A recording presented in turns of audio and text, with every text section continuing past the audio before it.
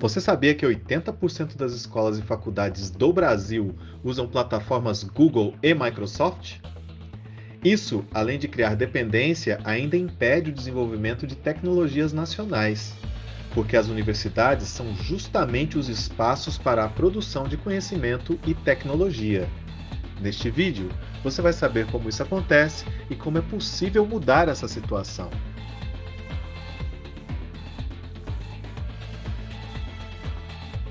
A relação que a gente tem, né, com a produção e o uso de tecnologias, que é muito mais complexo do que parece, que simplesmente uma adoção de uma plataforma. Os dados do Brasil e da América do Sul são parecidos.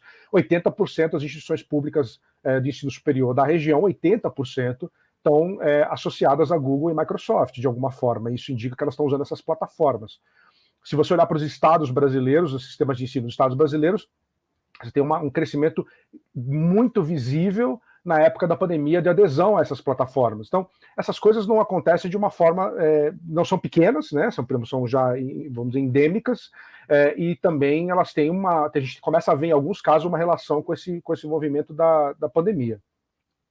É importante perceber que essa construção dessa relação, que no começo parecia muito problemática e neutra, vamos dizer assim, se torna um grande problema agora, que a gente já estava falando há 4, 5 anos atrás, claro, antes disso também, mas muito especificamente sobre as plataformas, quando as empresas começam a mudar o que são esses contratos, né?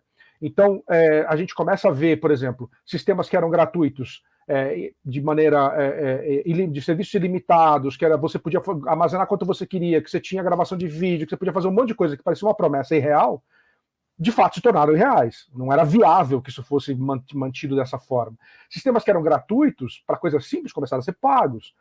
Então, quando a gente falava isso aqui não é puramente uma decisão técnica, porque claramente isso aqui não é sustentável, as pessoas não levavam muito a sério. E agora está ficando muito claro. A universidade agora tem orçamento dedicado a pagar empresas como a Google por serviços que eram gratuitos e vendiam no critério de economicidade. Né? O argumento era, é mais econômico, a gente vai gastar menos, mas era óbvio que não se ia gastar menos para sempre, porque de fato o que é importante lembrar, e o Morozov fala muito isso, assim, os serviços não são ruins. Eu não gosto de muitos dos serviços, mas isso não significa que os serviços são ruins, são serviços de alta qualidade, e é exatamente por essa razão que eles não são sustentáveis de graça. Não tem como fazer um serviço de videoconferência, de armazenamento de e-mail, de armazenamento de arquivo, real time, que nunca cai no mundo todo para milhares de pessoas, ou milhões numa escala de uma rede, e não cobrar nada por isso. Isso é absolutamente estúpido. Não tem como isso acontecer. Alguma hora essa conta não fecha. E a gente já está cantando essa bola há muito tempo. A gente está conversando com Andifes, com RNP, tentando articular, usar as estruturas que hoje mantém, por exemplo, como a RNP, mantém uma estrutura de videoconferência para instituições públicas de altíssimo nível, mostrando que isso é viável de ser feito, com orçamento que é relativamente baixo e que pode ser expandido com mais financiamento. E que é feito com qualidade. O serviço da RNP é melhor do que o serviço das empresas privadas. Não estamos falando do serviço pior ou capenga, é um serviço melhor. Ele funciona melhor há muito tempo. Se a gente tivesse investimento, a gente poderia expandir isso facilmente, com expertise em escala global. A RNP hoje tem conhecimento para fazer isso crescer de uma escala global. A gente não faz porque não tem dinheiro, porque não tem vontade política.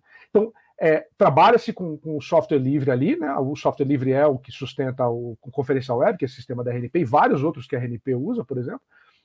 As universidades têm uma expertise e conhecimento na área de software livre, por exemplo, usando o Moodle, que é um software infinitamente superior ao que é oferecido por outras plataformas, se a gente configurar ele direito e organizar ele direito. A gente tem software, tem expertise, tem conhecimento, só falta uma boa vontade de fazer isso funcionar. Porque nós estamos falando de uma escala de um país do tamanho do Brasil. Não estamos falando de um país pequeno que não consegue investir numa escala. É uma rede de universidades públicas, só em nível federal, que daria conta de fazer isso de maneira organizada, orquestrada. E a gente tem instituições para fazer isso funcionar.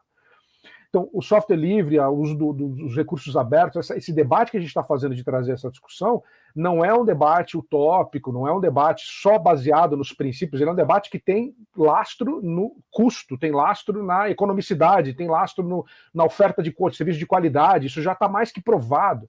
E a questão é só a gente conseguir fazer isso entrar na agenda política. Como é que essa solução boa, que é o MConf, se constituiu?